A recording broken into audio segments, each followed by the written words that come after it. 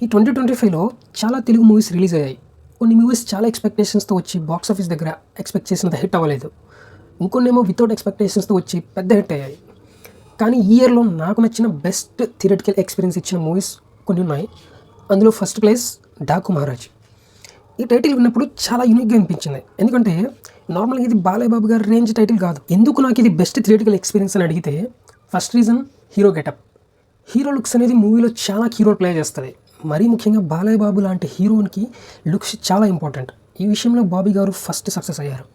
నాకు తెలిసి ఈ జనరేషన్లో బాలయ్య బాబు లుక్స్ని బోయపాటి సీన్ తర్వాత ఆ రేంజ్లో పర్ఫెక్ట్గా మ్యాచ్ చేయగలిగింది బాబీ ఒక్కరే.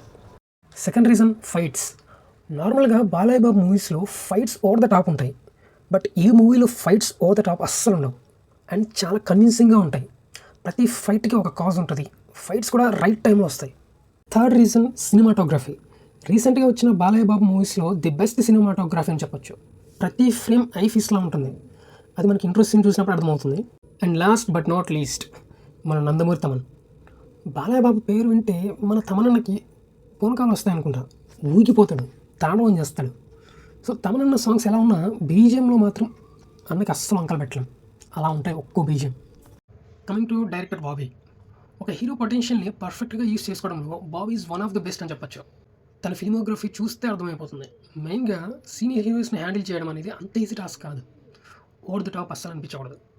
తన స్క్రీన్ ప్లే కూడా చాలా ఎంగేజింగ్గా ఉంటుంది. అసలు ఎక్కడా బోర్ కొట్టదు. బాబీ సినిమాటోగ్రఫీ మీద కూడా చాలా కేర్ తీసుకుంటాడు అనిపిస్తుంది. ఎందుకంటే జైలవకుశలో కూడా సినిమాటోగ్రఫీ పీక్స్లో ఉంటుంది.